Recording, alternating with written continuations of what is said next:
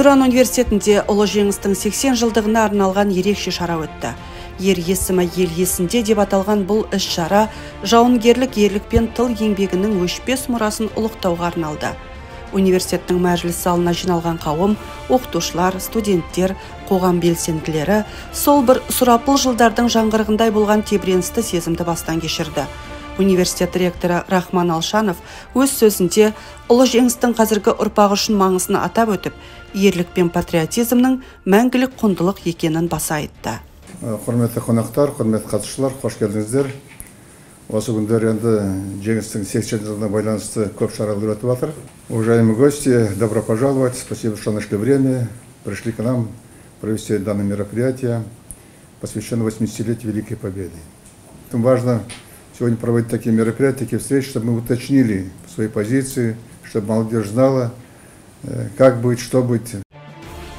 Медиа және мәдениетаралық коммуникация жоғары мектебінің студенттері даярлаған бейне сюжеттер шараға қатысушылардың жүрегін қозғап, сол бір қаһармандық дәуірге сапар шеккенде әсер қалдырды.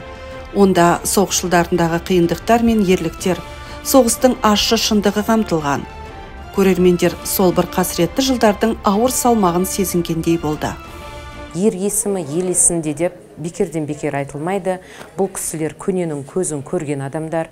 Сол анау сұрапыл соғыс жылдарынан әлі күнге шейін жаңғырығы бар. Бізге әдемі мынау өсіп келе жатқан өскелең ұрпаққа әдемі әңгімелерін жеткізіп отыр. Соғыстың қандай қатал болатынын, қандай қиын болатынын жағдайларын барлығын жеткізіп отыр. Бүгін осы шара бойынша 3-ші курстың студенттеріне 4 жоба дайындатқан болатынмын. 4 жобада жақсы өзінің жемісін көрсете білді.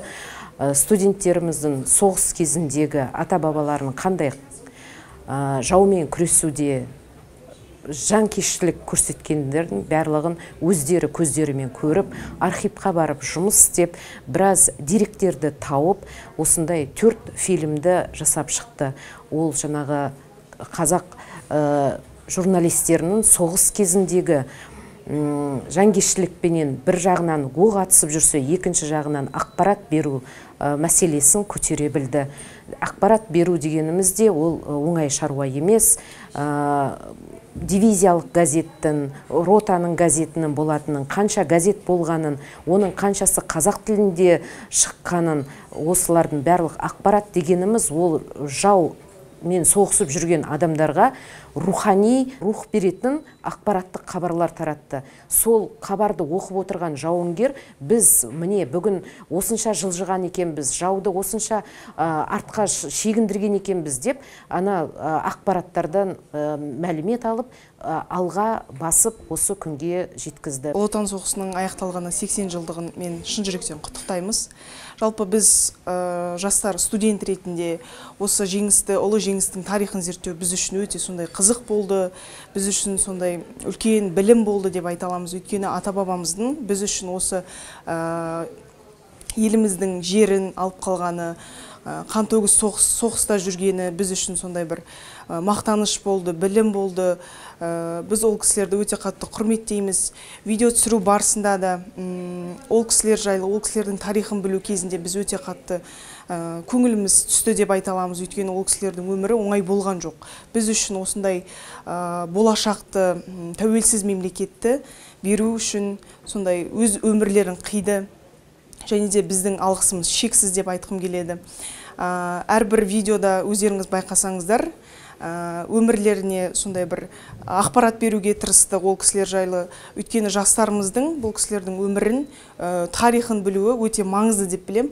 Мақал бар ғой, тарихты білмей біз болашаққа жол бастай алмаймыз. Тарихымызды білу ең басты біздің мақсатымыз. Шара барысында сөз алған ардагерлер мен қоғам белсенділері майдан және тыл естеліктерімен бөлісті. Олардың әрбір әңгімесі тарихтың тірі шежіресіндей жеңістің қандай қиындықтармен келгенін айқын көрсетті. Общественный фонд Совет ветеранов ВОВ «Тружеников тыла детей войны» выражает вам искреннюю благодарность, глубокую признательность за плодотворное сотрудничество и оказанную поддержку ветеранам Великой Отечественной войны, участникам Трудового фронта и детям войны. Мы глубоко признательны за то, что вы чтите историю нашей страны и память о людях, внесших неоценимый вклад в дело мира. Спасибо вам большое. Рахмет. Вот. Рахмет. Так, ну и вот Герасимова Наталья Сергеевна, вам тоже благодарственное письмо от имени нашего фонда. Спасибо вам большое. Спасибо. Пользуясь случаем, мы выражаем творческой группе университетского телевидения Туран Чанел благодарственное письмо.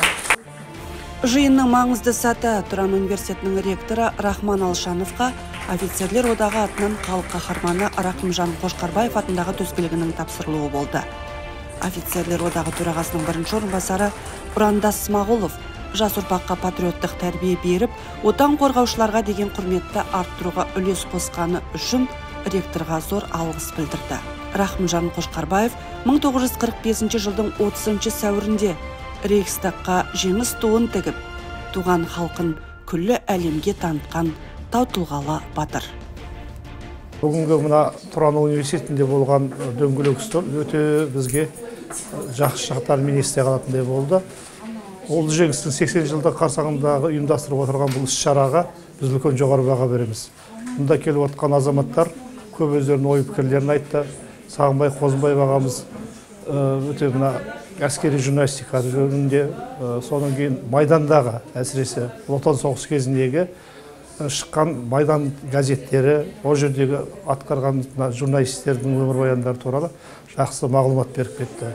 Одан кейін университеттің ректоры Рахман Алшанов ағамыз жақсы жан-жақты мағлұмат беріп, университеттің өткен кеткен бүгінгі тарихына зор шолу жасап, жақсы мағлұматтар беріп өткенін атап өтуге болады. Бүгінгі жаңағы бұрынғы совет, комсомол, партия қайраткері, қоғам